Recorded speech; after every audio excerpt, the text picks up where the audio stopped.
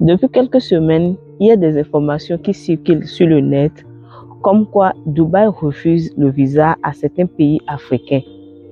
Et ça a suscité beaucoup de bruit au niveau des Africains et au niveau des influenceurs qui demandent aux Africains de rentrer chez eux, qu'on ne nous aime pas sur les autres continents, nous devons rester chez nous. Alors, ce qui m'amène à poser la question de savoir pourquoi les Africains quittent d'abord chez eux. Pourquoi assistons-nous de nos jours à une fuite du capital humain en Afrique? Tout ceci après le générique. Restez connectés.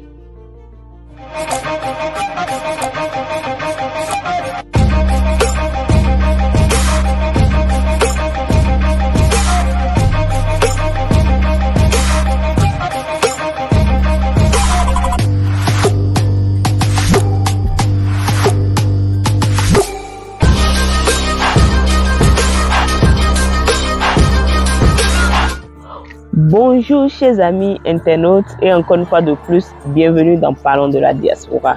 Si tu me découvres grâce à cette vidéo, mon nom c'est Lucrèce Messessi, je suis une passionnée de tout ce qui touche la vie de la diaspora. Alors, de quoi parlons-nous sur cette chaîne? Nous parlons de l'immigration, de la vie en Occident, de comment la diaspora africaine de l'Amérique du Nord et de l'Europe arrive à s'intégrer et de comment réussir à investir en Afrique tout en restant à l'extérieur. Si toi aussi tu es intéressé par nos sujets, n'oublie pas de t'abonner à la chaîne, d'appuyer sur la cloche de notification pour ne rien manquer de nos vidéos.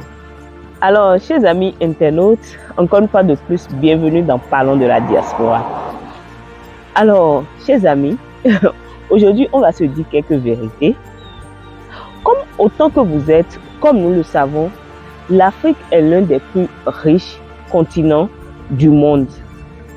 Tant en matières premières, en gisements de métaux, qu'en ressources humaines. Mais pourquoi l'Afrique demeure et reste l'un des continents le plus pauvre ou le continent le plus pauvre du monde, si je dois m'exprimer ainsi même? Ce qui m'amène réellement à faire cette vidéo, ce sont les réactions des internautes ou des influenceurs sur le net depuis que Dubaï a interdit, soi-disant, le visa à certains pays africains, où les internautes demandent aux Africains qui sont à l'étranger, dans les pays arabes et autres, de rentrer chez nous en Afrique parce qu'on ne nous aime pas sur les autres continents, nous devons rester chez nous et développer notre continent. Mais le problème ici, ce n'est pas les Africains. Nous ne devons pas nous adresser aux Africains de rentrer chez eux. Le problème ici, ce sont les dirigeants. C'est aux dirigeants qu'il faut parler. Il faut s'adresser aux dirigeants africains. Si les Africains décident de quitter chez eux, c'est parce que le système n'arrange pas les Africains. Le système en Afrique arrange juste une minorité. Les Africains de nos jours ne quittent pas l'Afrique juste parce qu'ils ont envie de quitter. La majorité des Africains quittent par instinct de survie.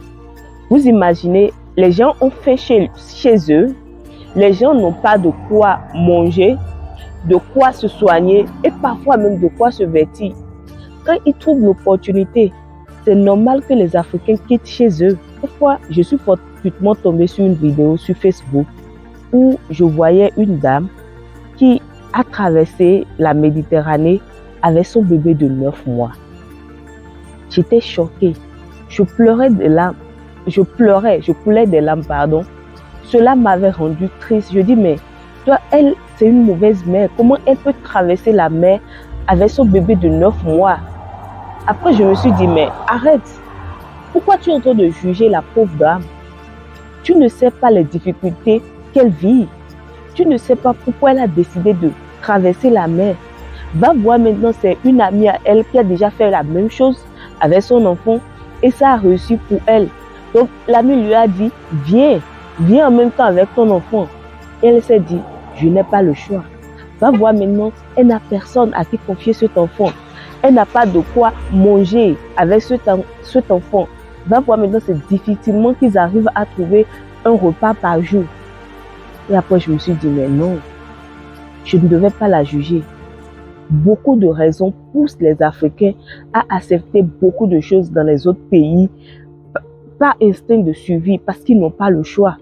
Parce que le système africain n'arrange pas les Africains de nos jours. Et ceci doit nous amener, nous les Africains, à penser, à réfléchir par rapport à notre situation. Il y a des gens qui vont me dire, mais elle n'a qu'à entreprendre. Pourquoi quitter? Tout le monde n'a pas la fibre entrepreneuriale. Tout le monde ne peut pas entreprendre. Il y a des gens qui sont nés, ils sont allés à l'école, ils ont leur diplôme, c'est juste pour travailler.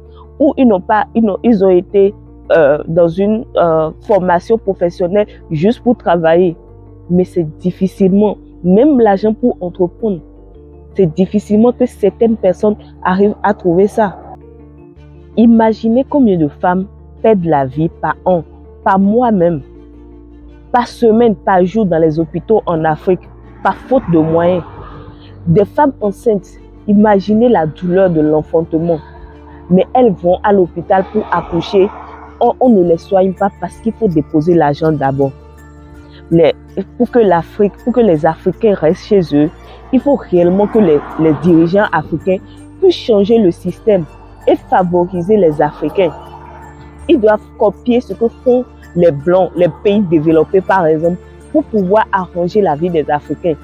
Ici aux États-Unis par exemple, quand tu es malade, même si tu n'as pas un rond dans la poche, tu vas à l'hôpital.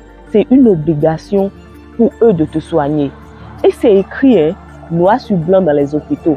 C'est une obligation, c'est leur devoir de te soigner d'abord, avant d'envoyer les frais, avant d'envoyer la facture, si tu as assurance ou pas. Quand tu vas dans les emergencies, c'est comme ça, on te soigne d'abord. Imaginez ici aux États-Unis, quand tu es enceinte, tu vas à l'hôpital, en même temps on te donne l'assurance pour couvrir les frais d'hôpitaux. Qu'est-ce qui se passe dans nos pays africains? Les gens sont livrés à eux-mêmes. C'est difficilement qu'ils arrivent à se soigner. Imaginons combien de personnes ont perdu la vie juste parce qu'ils n'ont pas trouvé les moyens d'acheter un seul sérum pour pouvoir s'en sortir. Le système africain doit penser aux Africains. Que les dirigeants arrêtent de penser uniquement à leur intérêt. Il est temps que le système pense à tous les Africains, à l'Africain lambda. Tout le monde ne peut pas aller faire des travaux champêtres. Il y a même des gens qui veulent le faire, mais qui n'ont pas. Les gens meurent en Afrique juste à cause du repas. Les gens ont faim. Les gens n'ont pas de quoi survivre. Et quand ils trouvent l'opportunité de quitter, d'aller vivre l'esclavage dans d'autres pays, c'est facilement qu'ils acceptent. Aujourd'hui, on demande aux Africains de rentrer, mais vous voulez qu'ils rentrent comment? Parce que chez lui, la personne a faim. Chez lui, c'est difficilement que la personne a mangé une fois par jour. C'est normal que cette personne puisse décider de quitter. Il faut que nous, les influenceurs, les internautes, on s'adresse désormais aux dirigeants africains. Ce n'est pas la faute des Africains. Il y a des gens ils peuvent rester 2 jours sans trouver à manger. Même le bébé qui vient de naître, parfois dans certaines familles, c'est difficilement qu'on achète le lait de ce bébé. Ici aux États-Unis, je donne souvent l'exemple des États-Unis parce que c'est là où je suis, je vois ce qu'ils font. Ici aux États-Unis, il y a des organisations.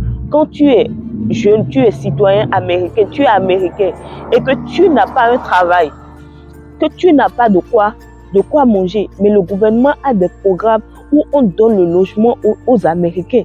Les Américains qui n'ont pas de travail, ils appliquent et compte tenu de leur source de revenus qui est peut-être faible, ils arrivent à trouver des logements là où rester gratuitement jusqu'à ce que tu aies une source de revenus ou bien que tes sources de revenus puissent s'améliorer. On leur donne même des cartes bancaires pour aller chercher la nourriture dans les supermarchés. Et quand ils vont avec leur carte, ils arrivent à swapper la nourriture. Il y a des organisations ici aux États-Unis, par exemple, qui offrent la nourriture gratuitement aux gens dans les quartiers. Ils organisent, si c'est peut-être 2 fois par semaine, les gens font seulement le rang, ils partent chercher à manger. Est-ce qu'on a de ces organisations en Afrique? Et si on a même de ces organisations, ils offrent quoi à manger? Peut-être des denrées déjà périmées, peut-être. Ici aux États-Unis, tenez-vous tranquille. Ces organisations ont pour le devoir d'offrir des nourritures de bonne qualité. Malgré que c'est eux-mêmes qui sont en train d'offrir, ils doivent offrir des nourritures de bonne qualité. Avons-nous ces genres d'organisations chez nous en Afrique? C'est normal qu'on assiste de nos jours à une fuite du capital humain en Afrique. C'est normal parce que le système n'arrange pas les Africains. Vous imaginez, vous prenez un jeune qui a peut-être étudié jusqu'à ce qu'il ait la licence, et qu'il décide de travailler. Le marché de l'emploi est comment? Vous allez me dire qu'il n'a qu'à aller entreprendre s'il ne trouve pas. Mais est-ce qu'il a même les moyens de commencer quelque chose? Est-ce qu'il peut commencer? Est-ce que le système a mis des organisations en place pour aider ces jeunes-là de commencer quelque chose? Il ne trouve pas. Peut-être sa petite amie est enceinte et c'est difficilement qu'elle va à l'hôpital pour se faire consulter pour la grossesse. Et un ami avec qui il a peut-être galéré tout le temps l'appelle depuis l'Europe et lui dit maintenant que je suis en France ou que je suis dans un pays développé, ça va mieux, c'est pas facile, je m'en sors. Mais j'ai pris par la main. Vous pensez que ce jeune ne va pas décider de prendre aussi par la main? C'est facilement qu'il va prendre par la main parce qu'il a regardé devant, il a regardé derrière. Il n'y a plus de porte de non-retour. Il faut que le système pense à arranger les Africains. En Afrique, on a trop de ressources, on a trop de richesses. Mais est-ce que ces richesses nous arrangent? Est-ce qu'on en profite? Les dirigeants, ce sont les dirigeants qui signent des partenariats avec les autres pays. Ils viennent nous piller, ils viennent piller nos richesses. Mais personne pour rien dire. Et l'Africain, avec toutes nos richesses, imaginez ici aux États-Unis, ils ont mis plein de programmes pour faciliter le développement des jeunes, l'entrepreneuriat, plein de choses. Mais est-ce qu'on a de ces programmes qui doivent normalement suivre les jeunes en Afrique? Il faut réellement qu'on pense. Il faut réellement que nos dirigeants pensent à changer le système en faveur des Africains. La dernière fois, j'étais dans le train et j'ai rencontré un jeune Africain. Bon, j'ai remarqué en même temps qu'il venait de l'Afrique parce qu'il avait reçu un appel et il parlait français. Alors bon, comme je suis qui je suis, je me suis rapprochée de lui et on a commencé par discuter en français. Il a dit que moi-même je viens d'un pays africain et tout, je parle français. Et je lui ai dit, dans nos échanges, je lui ai dit, toi tu es venu ici comment? Avec quel visa tu t'es retrouvé ici, tout ça là, pour savoir comment ça se passe de son côté. C'est là il me dit qu'il n'est pas venu ici avec visa. Et j'étais là, tu es venu comment alors? Il a dit qu'il a pris par la route. J'ai dit, la route? Comment tu as fait? On prend aussi par la route? Il dit, oui, il a pris par la route et qu'ils ont pris par le Brésil et quelques pays de l'Amérique du Sud jusqu'à ce qu'ils se sont retrouvés ici. J'étais scotché. Je dis, mais pourquoi? Et c'est aussi facile que ça? Il dit non, que c'est pas facile. Il faut marcher, qu'ils ont marché. Parfois, ils prennent des transports, parfois il faut descendre. Mais ce qui est sûr, c'était pas facile. Parfois, il faut se cacher contre les policiers. Et il faut se cacher dans la bourse. Il faut marcher sous la pluie, sous le soleil, pendant des mois pour se retrouver ici aux États-Unis. Je n'en revenais pas. J'ai dit, mais pourquoi tu as fait ça? Tu as mis ta vie en danger. Pourquoi? Il dit, grande sœur, la situation au pays n'est pas facile. Mon père est déjà décédé. Ma mère compte sur moi. Mes soeurs sont là. Alors, quand un ami m'a proposé ça, je l'ai suivi. Parce que on n'a pas de quoi manger. C'est difficilement qu'on s'en sortait. Il n'a pas le choix. Il n'avait pas d'autre choix. Il ne pouvait que faire ça. Ou s'adonner à d'autres pratiques. Donc, il a décidé de prendre le risque pour sa famille, pour leur donner un lendemain meilleur. Beaucoup d'Africains quittent de nos jours et partent subir des humiliations dans les autres pays, surtout dans les pays arabes, où on voit des vidéos circuler, où on frappe les Noirs, où on les livre à la prostitution. C'est juste pas instinct de survie.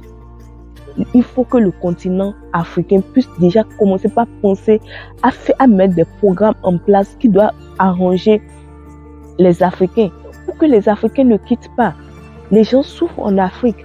C'est pourquoi quand on leur dit que non, tu viens ici, tu travailles pendant 10 heures, tu peux gagner tel montant. Mais les gens sont obligés de prendre le risque parce qu'ils n'ont pas le choix. Tout le monde ne peut pas entreprendre.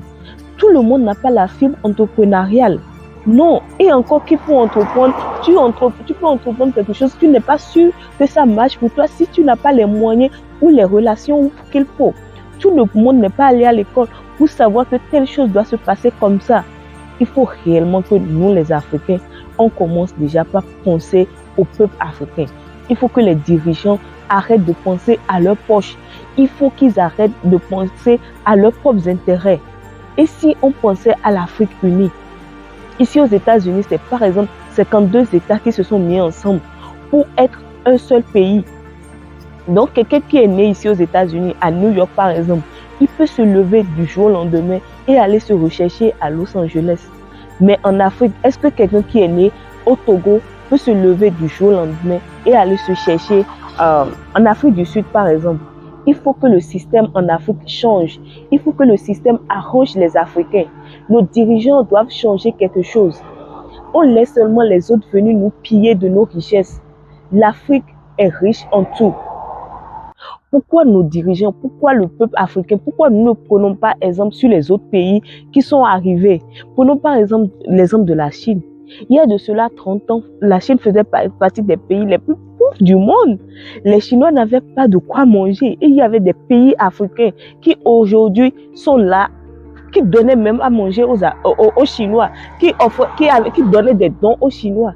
Mais aujourd'hui, la Chine rivalise la première puissance avec les États-Unis. C'est parce que ces gens ont compris qu'il faut travailler. Ces gens ont compris qu'il faut penser à leur peuple. Et qu'est-ce que les Chinois ont fait dans le temps? Les Chinois ont envoyé les élites les plus intelligents dans les pays développés. Allez étudier là-bas, regardez ce qu'ils font de bien et revenez implémenter ça chez nous. On mettait les moyens à leur disposition. Mais en Afrique, les gens fuient, les gens veulent quitter parce que le système ne les arrange pas. Quand quelqu'un décide de faire quelque chose pour le développement, si on ne le tue pas, c'est qu'on doit lui mettre les bâtons dans les roues. Il faut que ça change. Même quand tu restes en Afrique, tu étudies, tu as les diplômes, tu veux travailler. Quand quelqu'un va à l'extérieur, la personne a peut-être une licence et toi, tu as un master chez toi. Et on recherche quelqu'un qui a peut-être un master. Juste parce que la personne a quitté l'extérieur, on préfère prendre cette personne que de te prendre toi qui as étudié chez toi. On préfère valoriser ce qui vient de l'étranger que ce qui est de chez nous. L'Africain ne veut pas consommer local, les entreprises ne sont pas en faveur, ne favorisent pas les jeunes. Les gens sont obligés de quitter. C'est le système qui doit changer pour pouvoir valoriser les Africains. Ici aux États-Unis, si tu es étranger, avec une loi que tu ne peux pas ramener, quand il y a un boulot et un Américain peut faire ça, il faut donner à l'Américain d'abord avant d'aller chercher les gens ailleurs. Et ça crée de l'emploi dans les pays. Mais nous, on ne pense pas aux Africains, on pense aux autres. Regardez ce que la Chine fait en Afrique maintenant. On achète des milliers d'hectares, ils prennent nos terres et on est là. Après maintenant, là, c'est nous qui pourrons va ailleurs parce que le système ne nous arrange pas. Si on ne sait pas faire là, on risque de nous chasser même de chez nous. Regardez comment les Chinois maltraitent même les Africains en Afrique. Il faut que le système change. Il faut que les dirigeants arrêtent. Il faut que les gens arrêtent de penser à une minorité. Les Africains ne quittent pas parce qu'ils ont envie de quitter. La majorité quitte par instinct de survie. Alors, chers Africains, ils urgent vraiment de sauter les verrous des frontières dans les pays en Afrique pour permettre la libre circulation des Africains partout, pour permettre aux jeunes Africains de s'exprimer, d'exprimer leur talent un peu partout en Afrique, là où ils veulent. Ils urgent de sauter les verrous des frontières pour que nous puissions ensemble transformer nous-mêmes nos matières premières, transformer nous-mêmes nos ressources pour ne plus dépendre des autres. Les gens viennent chez nous, ils prennent nos ressources et après ils nous renvoient ça plus cher. Et on est obligé de prendre parce qu'on n'est pas unis. Il faut que les dirigeants commencent déjà par penser à l'Afrique unie. Il y a des gens en Afrique qui sont prêts à travailler. Il y a les gens qui sont en Afrique qui vont travailler, qui sont prêts à donner le meilleur d'eux-mêmes. Il faut que le système change. Il faut que nos dirigeants arrêtent de penser à eux-mêmes. Il faut qu'on arrive à penser à une Afrique prospère pour l'Africain lambda. Amis internautes, ce serait vraiment tout pour cette vidéo. Merci de m'avoir suivi. J'aimerais vraiment que vous partagiez réellement cette vidéo. Que ça atteigne beaucoup de personnes. Que les gens écoutent la réalité des Africains. Qu'on sache combien de fois les Africains souffrent. Combien de fois les Africains quittent parce qu'ils veulent juste avoir de quoi manger pour eux, pour leur famille. Avoir de quoi se soigner. Il faut réellement que ça change. Alors, en attendant de vous retrouver pour une autre nouvelle vidéo, je vous envoie beaucoup d'amour chez vous. N'oubliez surtout pas de vous abonner à la chaîne et partager surtout.